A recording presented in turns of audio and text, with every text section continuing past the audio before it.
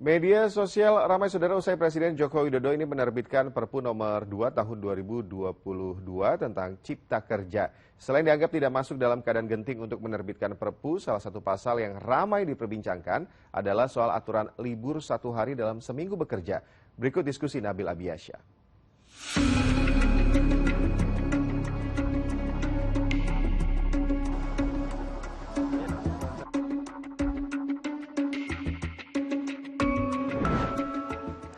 Persoalan libur 1 hari tiba-tiba ramai di media sosial. Kayaknya nih orang-orang pada takut disuruh kerja keras 6 hari, dikasih liburnya cuma 1 hari. Tapi apakah benar memang Perpu nomor 2 tahun 2022 tentang Cipta Kerja ini memangkas jatah libur pekerja cuma 1 hari? Kita diskusi.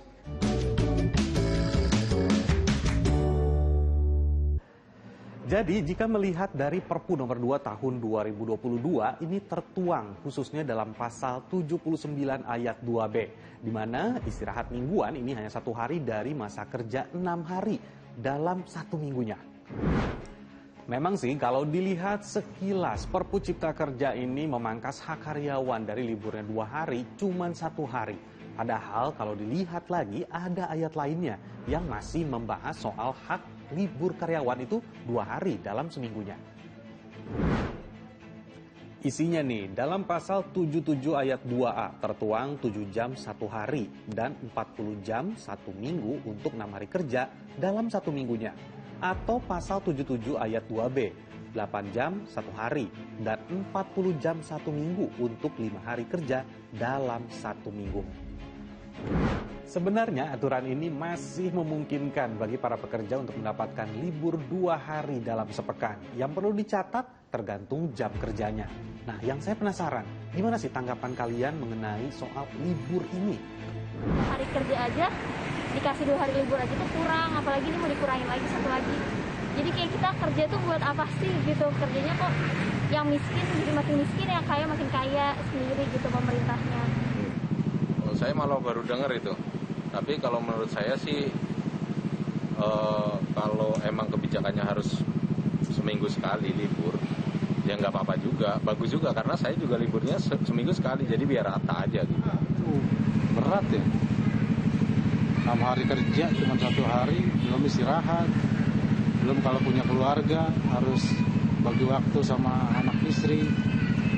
Kayaknya makin berat, Mas.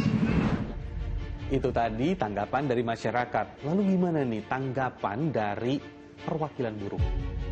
Bahwa 1 hari libur dalam sepekan itu akibat tidak nyambung pasal tentang bicara pengaturan cuti dengan pasal yang berbicara tentang pengaturan jam kerja. Dengan demikian sikap Partai Buruh bersama organisasi serikat buruh menyatakan pasal yang ada di Perpu itu harus dicabut dan diperbaiki. Dengan demikian ada peluang untuk memperbaiki pasal-pasal lain yang diminta, diusulkan oleh serikat buruh termasuk Partai Buruh. Sekarang kita bahas soal Presiden Jokowi. Kenapa sampai-sampai harus mengeluarkan Perpu? Salah satu syarat dikeluarkannya Perpu adalah dalam keadaan genting. Apakah segenting itu? Ini adalah pertama kebutuhan mendesak.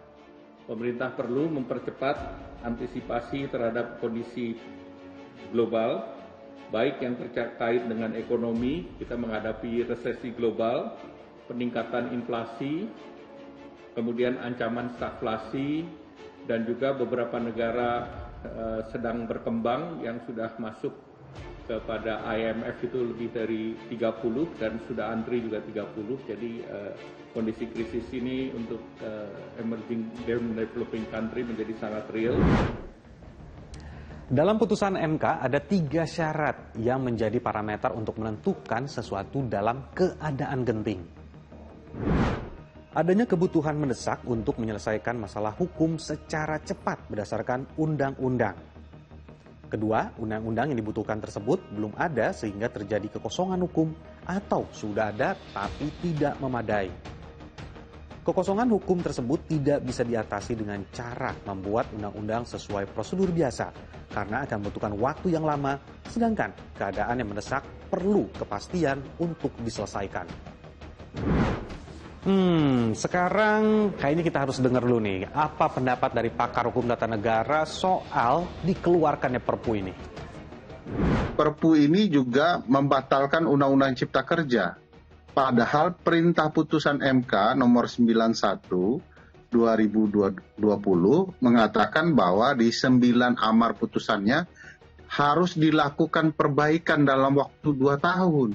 Waktu 2 tahun itu menunjukkan ketidakmendesakan, ya.